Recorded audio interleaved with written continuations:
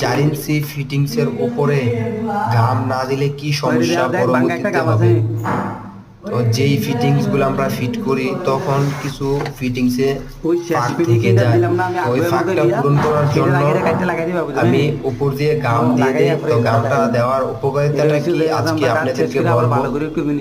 তো গামটা দেওয়ার উপকারিতাটা হচ্ছে যেই ফিটিংসে করার পরে যে ফাঁকটা থেকে যায় ফিটিংসে, তো ওই ফিটিংসের ফাঁকটা আপনার গামটা দিলে ওইটা ফাঁকটা পূরণ হয়ে যায়, গামটা তখন আর লিক করার সম্ভাবনা থাকে না। তো এই কারণে আপনার প্রত্যেকটা জয়েন্টে জয়েন্টে গাম দেওয়ার উচিত।